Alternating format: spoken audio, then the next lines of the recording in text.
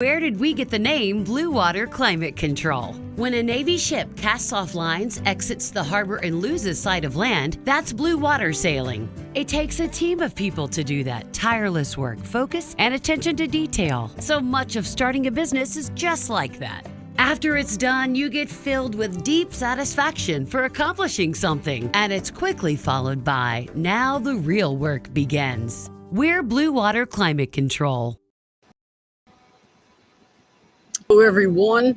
To everyone who is still awake, I am still in Nashville, of course. It is, I don't know what time it is. It's 1:20 local, actually 12:20 local time, 1:22 back home for those in Eastern time zone is here as usual. And thank you, Rachel, for letting me know the audio did not work on the original upload of the Lady Vol's press conference. I had to delete that one and re-upload it. So that was fun. Said no one ever. But thank you for letting me know the audio was not working. And when you get the download, it appears that it's working, and then it goes through and you hear nothing. PJ Porter is here. Hello, PJ. Bobby's here. Hello, Bobby. Good to hear from you. I know y'all are just crazy at the restaurant. Tap 40 is jamming away, remodeling. Been busy, March Madness. So I didn't know who would be awake, but I promised y'all I would come in and do this after the game. And of course, let most people watch it in the morning. I realized a lot of people would be asleep. Rachel said, "You're welcome." I thought I had too many drinks. So it was not you. It was the audio coming out of the upload. It did not upload with audio. So Bobby said a bunch of former Lady Vols in here tonight. That is good. A bunch were here too. Lady Vols have their alumni everywhere. So it's a heck of a game. It's one of those, like Kelly said after the game, and postseason, your margin for error is very thin, very small, and you've just got you gotta fix a mistake here or there, and it can be the difference between winning and losing. Obviously, not the start Tennessee wanted.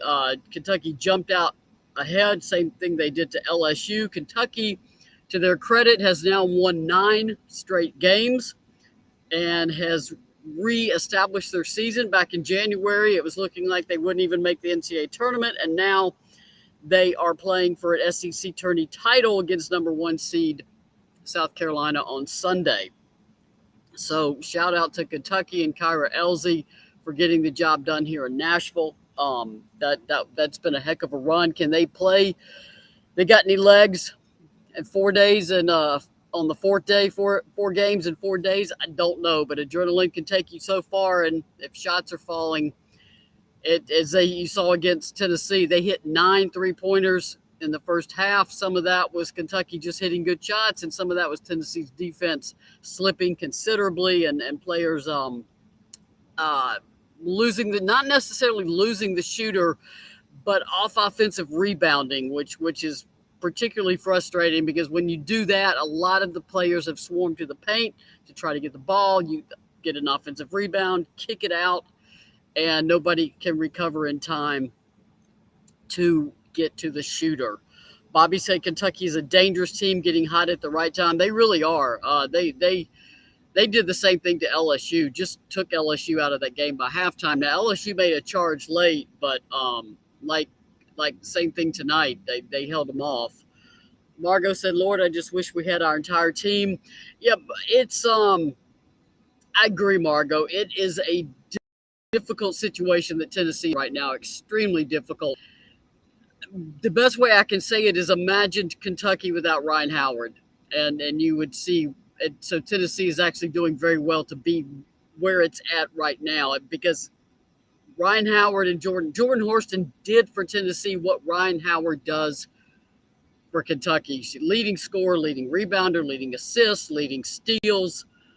And you take that kind of player out of the mix, and it puts a lot of pressure on, not just pressure on other people, but forces people into roles and situations they have not had to fully deal with that season. Now, I do want to shout out Tennessee's freshmen. They all came of age here in Nashville.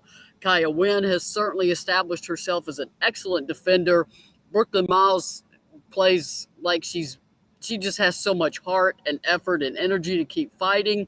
Caroline Strickland established herself in the post by being, I mean, she was a very reliable post player for Tennessee in a big situation. And Sarah Puckett, of course, has been able to contribute all season.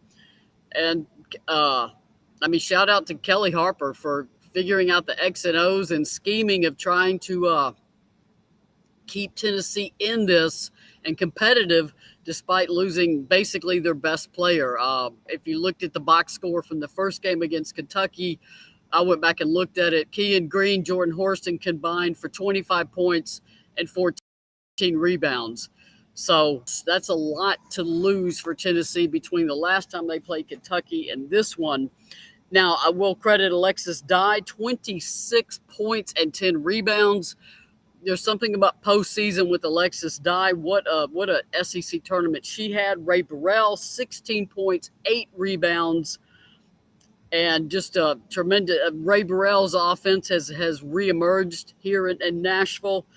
Tamari Key, foul trouble. She ended up with 4 fouls. It's hard for her to get any rhythm. She ended up with 5 points and 4 rebounds. She did set the all-time single-season block record at Tennessee. She had tied Kelly Kane yesterday. She had 2 more today. She now has 115 blocks on the season, is the number 1 shot blocker in Tennessee history in a single season. And she now has, 273 total for her career. So Tamari Key is 2 blocks away, which she should be able to get in the NCAA tournament from tying Candace Parker. If she gets to 276, she'll hold that record on her own. And she's going to do it at this point in what looks like will be less than 90 games. So just shout out to Tamari Key for that.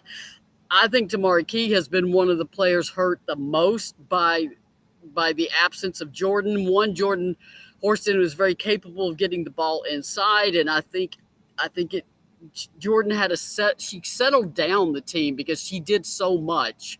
And I think for Tamari, there's been a lot on her to try to make up for some of that. And then when she gets in foul trouble, and the very first offensive foul on her, I don't understand what it is she's doing or what is it she could do differently. It just does. She seems like she's trying to establish position and then getting called for a foul.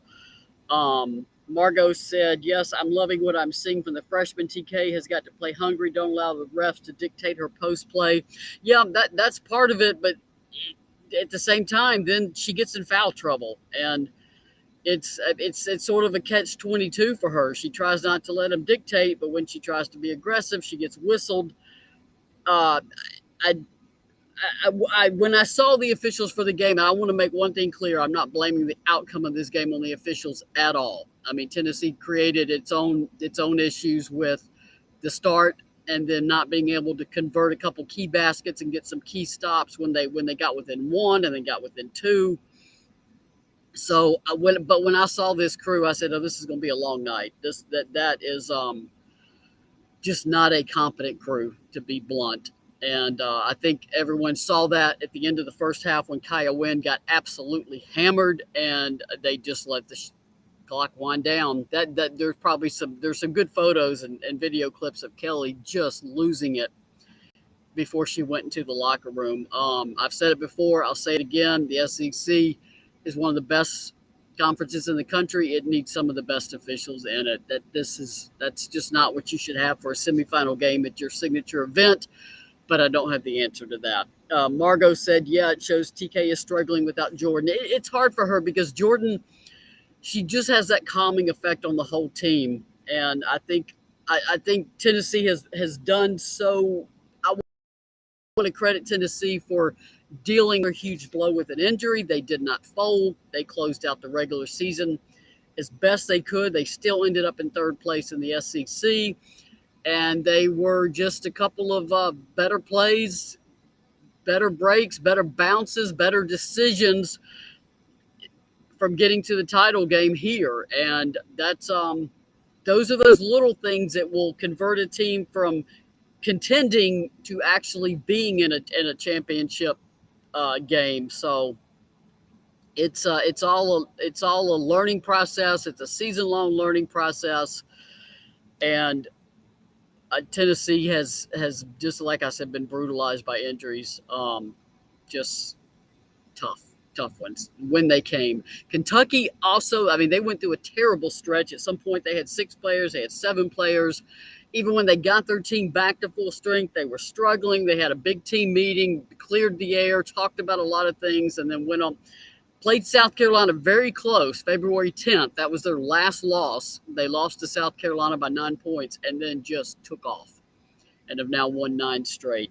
So shout out to Kentucky. They could have folded. They could have, just let the season go, but they regrouped, they fought back, and they are going to play South Carolina for a chance to win the SEC tournament title. I think Kentucky has clearly made its way back into the NCAA tournament. They were not an NCAA tournament team really after that January series of where they just kept losing in the SEC. But obviously, the winner tomorrow is the automatic qualifier. I think Kentucky is in. I would hope so, no matter what. They just have done so well to close the season. Margot said, "I'm praying the guard will stop shooting the ball, stop being afraid." I'm not sure, Margot, which one exactly you're talking about. Which guard? Tennessee was not having a good shot at getting open looks. But really, I mean, Tennessee, you score 74 points. That's typically enough to win in the SEC, but you gave up 83, gave up 12 3-pointers.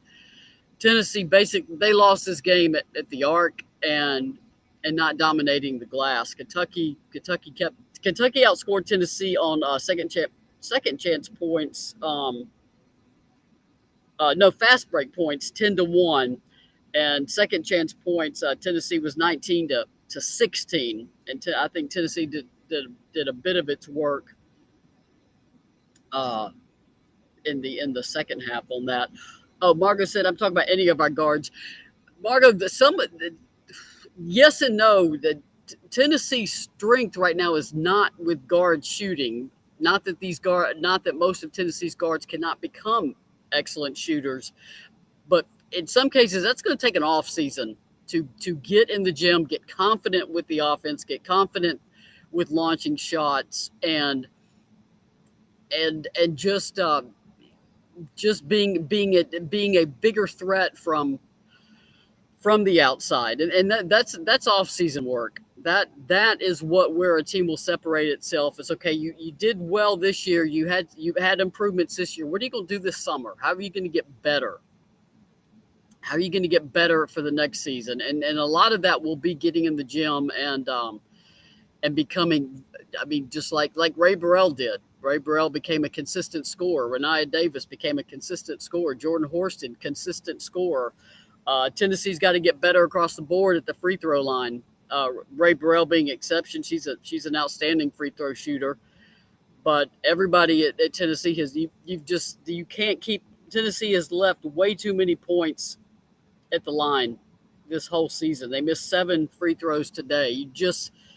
Kentucky missed 8. I mean, it's sort of endemic to the sport, but you can't leave those points. You got to be 80% free throw shooter, particularly as a guard. Rachel said Brooklyn ain't scared to go in with the bigs. No, she's not. She plays with no fear, which you've got to do. If you're a small guard in the SEC, you better not hesitate. You better not have fear. You just go at them. So the freshmen did well this weekend. I think they got valuable minutes for the NCAA tournament because the level of pressure you feel here, it's win or go home, but your season isn't over. Next loss, season suddenly ends. I do think Tennessee I thought they had done enough yesterday. I think they competed well today. I think Tennessee's a 3 seed. That's just my opinion. I mean, the selection committee will have its own method and formulas of determining that, but I think Tennessee has done plenty to host. We'll be able to at least start the tournament in Knoxville, and that's the first time that will happen since 2016 maybe. I'd have to go back and look, but it's been maybe 5 years, 4 or 5 years since Tennessee started the NCAA tournament in Knoxville. So that will be helpful because there's a comfort level of, particularly with freshmen, in terms of being able to start the tournament on your home floor. Margot said, "Do you think Jordan will play in the tourney at all?" Margot, I don't know. Anybody who says they know, it doesn't know. She's week to week. I mean, she's only 2 weeks out from this injury, essentially. She'll get x-rayed to check the healing probably every week. The benefit, the one thing in her favor is this break between tournaments. It's a quirk of the SEC women's schedule, and it's very beneficial, I think, because teams are pretty beat up at this point. So the selection show will be Sunday night, a week from tomorrow. So that'll be March 13th. I think it's 8:00. It's late, but it will be on Sunday. Thank goodness, not making people wait all day Monday. Tennessee will find out its destination and its bracket next Sunday. And then the earliest you play would be March 18th or March 19th. It's a Friday, Sunday format or a Saturday, Monday format. So Jordan essentially has almost 2 weeks to see how that elbow heals. Now, I want to point out she's also will have been a full month away from practice. It's not like if she somehow got cleared to participate or do drills or do something that she's suddenly going to be back to what she was. And Tennessee won't take any chances. I mean, this is a medical call, not a coach call, not a player call, obviously a medical call in terms of where's her healing, where's her rehab, what do the x-rays show, and is it safe for her to play? Because the bottom line is her overall health. And while she wants to play this season, and I know Tennessee would love to have her back, if she's not physically ready, there's no rushing that. There's nothing you can do. And x-rays don't lie. And physicians and surgeons know what they're looking at. The good news is, obviously, had she needed to have surgery, that would have already happened. So at this point, she's trending in the right direction. But you never know when you can have a setback. Or, I mean, bodies, they heal on their own timeline. So the best thing to do is make the best decision for Jordan's overall health. Now, if it was up to Jordan, she'd probably have already been back. But, I mean, she's a competitor. She wants to play. I know this has been hard on her. I hope she can make it back, maybe even the second weekend. By then, you're talking 5 weeks out from the injury. So that's up to the doctors and up to Jordan's teammates to make sure that she could get to that second weekend. Somebody asked if I was staying for tomorrow. No, because it's much better for me and my schedule and financial reasons to head on home. I will not head home tonight. It is too late. I'm not going to drive over the mountain with no sleep, but I will head out in the morning and get back to Knoxville and I want to get back in time to watch the game. I really do want to see this championship game between South Carolina and Kentucky. Like I said, happy for Kyra. Former Lady Vol, of course. It was a tough stretch there for Kentucky in January, and they just turned their season around and got that ship on course. Tennessee, thanks to Kelly Harper, her staff, and the players responding, have just taken body blow after body blow to their roster and keep competing. This was a winnable game, and Tennessee is very close to getting over that point of where these games where they were doing that when they were pretty much at full strength. They could flip this game. They could get to that 1 to 2 to 3 points, and you knew they were coming, and nobody was going to stop them. But it's a great experience. It's a fun tournament. I always enjoy being here. I'm in the Bat Cave, as I call it. I'm the last one in the media room, so that's why it's so dark, and I've got nothing but black curtains behind me. So I enjoy it. I wish Tennessee was still in it because I like covering it and like watching Tennessee. It's a fun event. A lot of Tennessee fans here. They turned this into Thompson Bowling West. Just tremendous orange turnout. And Tennessee fans will probably be one of the largest contingents in the crowd tomorrow. Tennessee fans they go to games. It doesn't matter if it's Tennessee. Pat Summitt didn't just create Tennessee basketball fans. She created women's basketball fans. And it's the one thing that separates Tennessee from every other fan base, and that they will go to this tournament. Pretty much every game you saw this weekend, tons of orange in the stands, and in some cases they were the majority. Today they were the last two games they were the overwhelming majority. And when this thing moves back to Greenville, because the Nashville is going to host the men through 2035, so the women will not be playing in Nashville until 2036 at the absolute earliest. I personally am not happy about that. I wish Nashville had been willing to have the women come back in several years. When this thing shifts back to Greenville, Tennessee fans will get over to Greenville too. Becky said, hi, I may have missed it. Why did Kentucky get the technical? That was called on a player right after she was called for a foul. That was Edwards called for a foul on Kaya Wynn. We never know exactly why the technical, but that would lead you to believe there was some kind of reaction in front of the official or something said that led to the technical. I know Kyra wasn't happy, but there wasn't really a whole lot of dispute. There are certain things that you can't do after a call, and even if you don't agree with the call.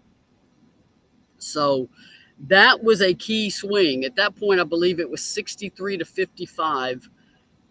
Kaya hits one free throw on the foul. Ray Burrell hits both of hers on the technical, so that would have made it 63 to 58. And then Ray gets to the rim for an and one, makes it, I believe I'm getting the order of all this right, and then makes the free throw.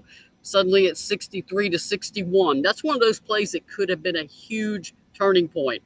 That was a big point swing for Tennessee on essentially one possession or two possessions after the free throws, and just Kentucky goes down and just hits a big shot. So you got to credit Kentucky for the way it bounced back. It basically did not let Tennessee ever take that lead. Tennessee did not lead one time in this game, and I think if they could have just converted once or twice more or gotten a couple more stops, it's a different game. But that's basketball. The what ifs are always going to be something you can ask about after the game. Linda said, I hate it will be so long before it's back in Nashville. I agree. I mean, this is 2022. We're talking that's 14 years. And at that point, I don't know, they may just extend the contract with the men. It will be interesting to see what they do going forward, particularly with Oklahoma and Texas coming in. Will they shift it maybe a little bit further west to sort of bring in the conference teams from that side of the country, sort of, so to speak, from the more western parts, LSU, Arkansas, of course, Texas, Oklahoma. I'm sitting here trying to think of names of the teams that are coming in. Texas A&M. I mean, it may be that they sort of shift the women's tournament a little bit further west. Memphis could be an interesting place to have it. That a little bit closer to the western teams in the West Conference. Missouri. I mean, do they even look for a Midwest location? I don't know.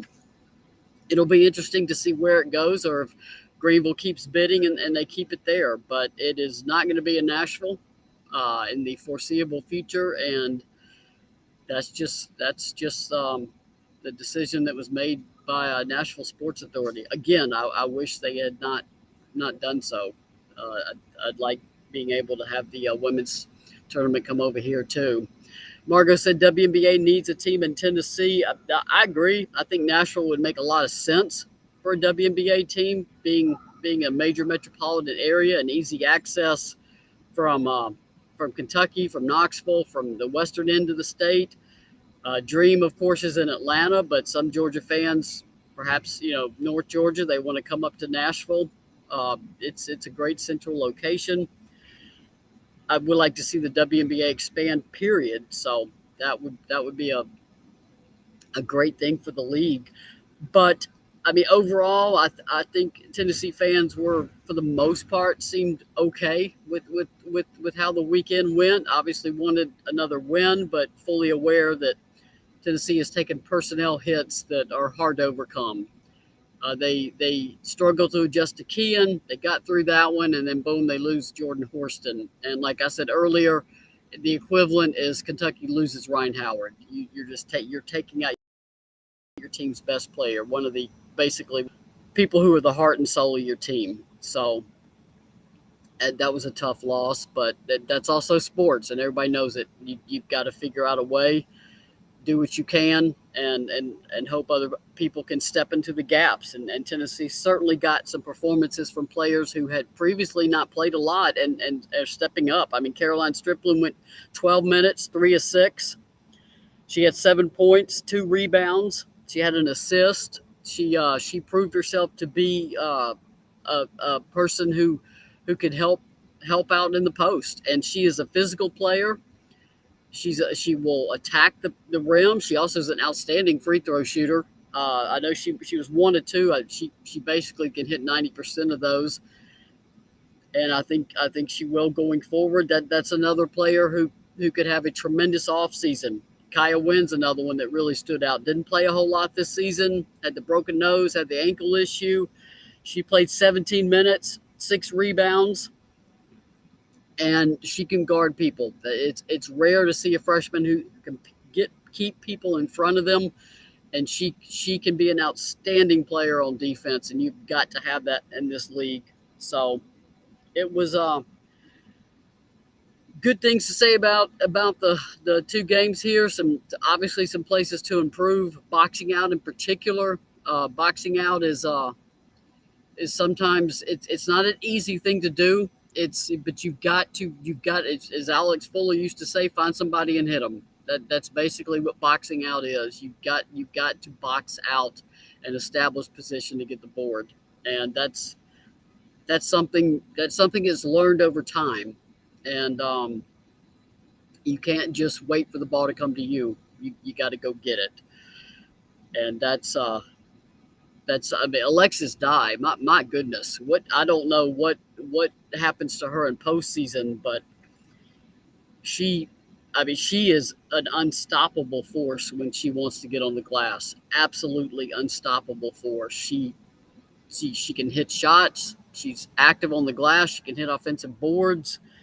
She is somebody who I wish she had another season in the SEC, because to date, I mean, Alexis played JUCO, played at Troy.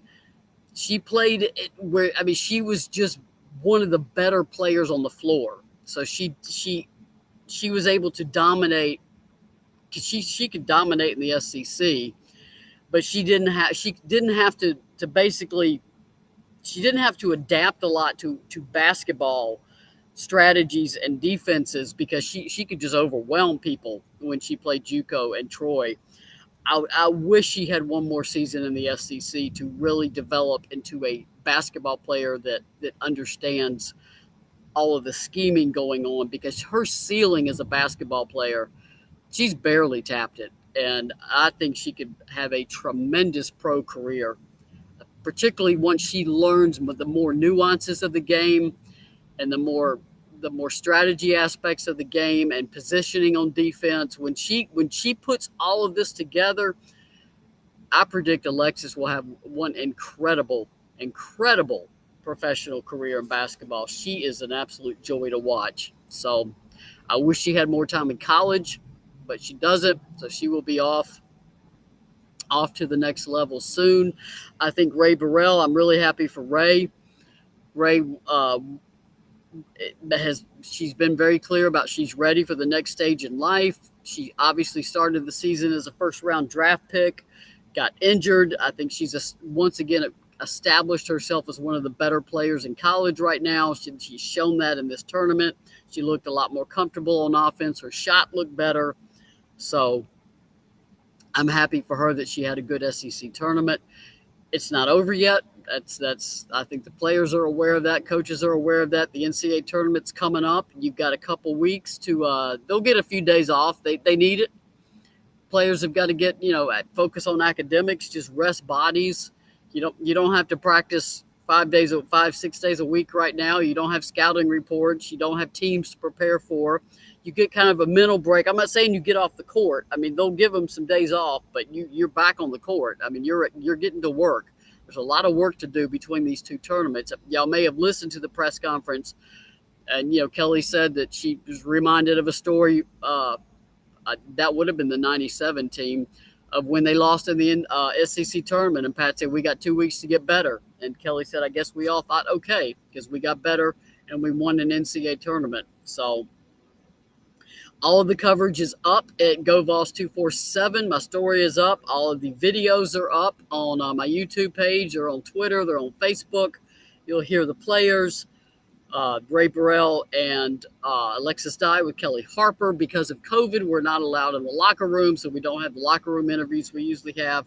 Highlights are up. The Kyra Elzy press conference is up with Ryan Howard and Robin Benton, so you can get all the coverage there.